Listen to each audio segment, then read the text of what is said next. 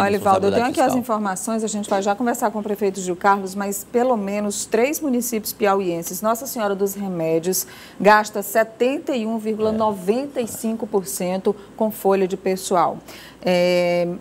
Murici dos Portelas gasta 71,87%. Luiz Correia gasta 72,72%. E o prefeito Gil Carlos já sussurrou aqui, Bocaina também, que deve ter um gasto elevado também, porque essa relação já está disponível, né, prefeito? O TCE já liberou essa lista, os municípios já foram notificados, o prefeito Gil Carlos, que é prefeito de São João do Piauí, preside a Associação Piauiense de Municípios. Diante dessa realidade, o que a associação pode fazer para orientar melhor as prefeituras e mais do que isso, né? Depois de uma notificação do TCE, a gente precisa, a gente fica imaginando o que os prefeitos podem fazer para não ter outras sanções por estarem infringindo a lei.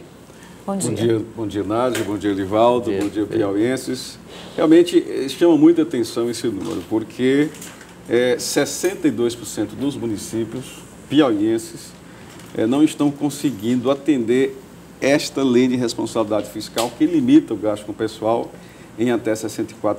Como é a maioria, então isso nós devemos refletir, é importante que a sociedade compreenda isso também, que não é um problema exclusivamente da gestão local, da iniciativa, da responsabilidade do prefeito, do gestor. É um problema que foge, inclusive, a esse controle, porque é a maioria. Então, o Elivaldo colocou aí de maneira muito pertinente e muito precisa. A questão é simples. As receitas estão caindo e as despesas estão aumentando com o pessoal.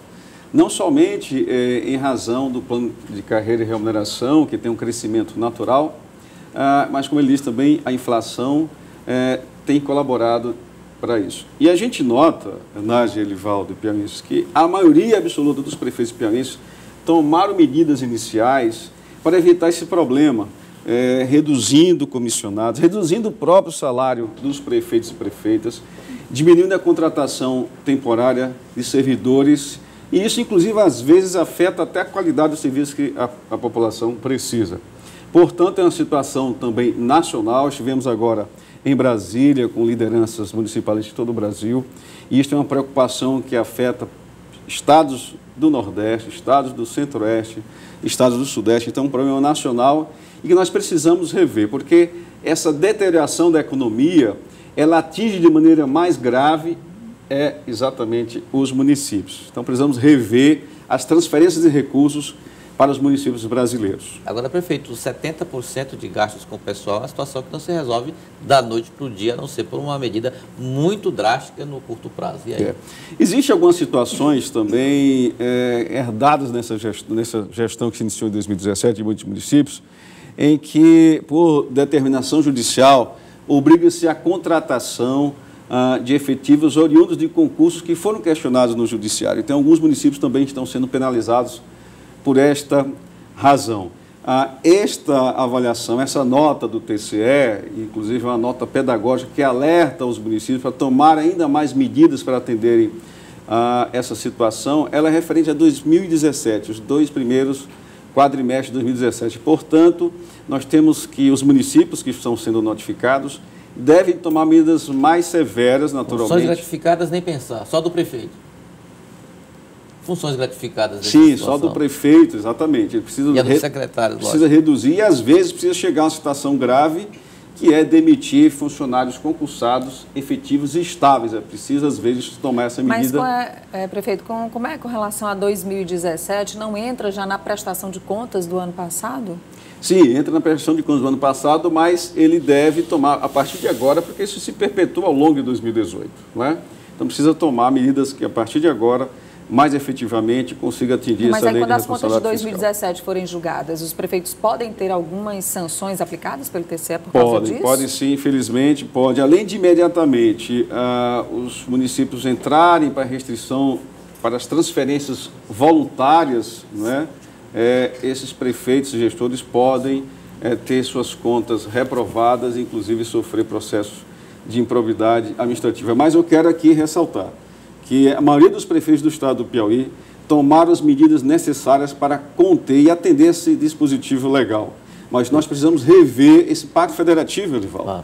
Aos municípios estão sendo transferidas obrigações, nós precisamos ampliar os serviços de educação, de saúde, são salários altos, professores, veja só, o piso nacional dos professores tem aumentado bem acima da inflação e acima dos recursos que são transferidos aos municípios para pagar o próprio professor.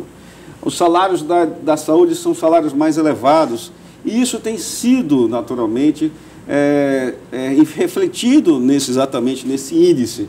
Portanto, nós precisamos rever o Pacto Federativo para dar mais condições aos municípios, não somente pagar de maneira digna os servidores que são essenciais, mas também atender esta lei que limita esse 54% do gasto especial, que é saudável, diga-se de passagem, porque precisamos de recursos para investir em outras áreas, para o custeio e para investimentos necessários a melhorar os serviços públicos. Nália, eu sei que nosso tempo está estouradíssimo, mas eu queria fazer uma negociação com você. Eu troco a última de hoje, só uma perguntinha do prefeito. Por favor, porque ele tem um prazo também no dia 7 de abril, que não é a janela, mas é a renúncia provável para disputar o mandato de deputado estadual. O senhor já tem essa decisão? Dá para adiantar, prefeito?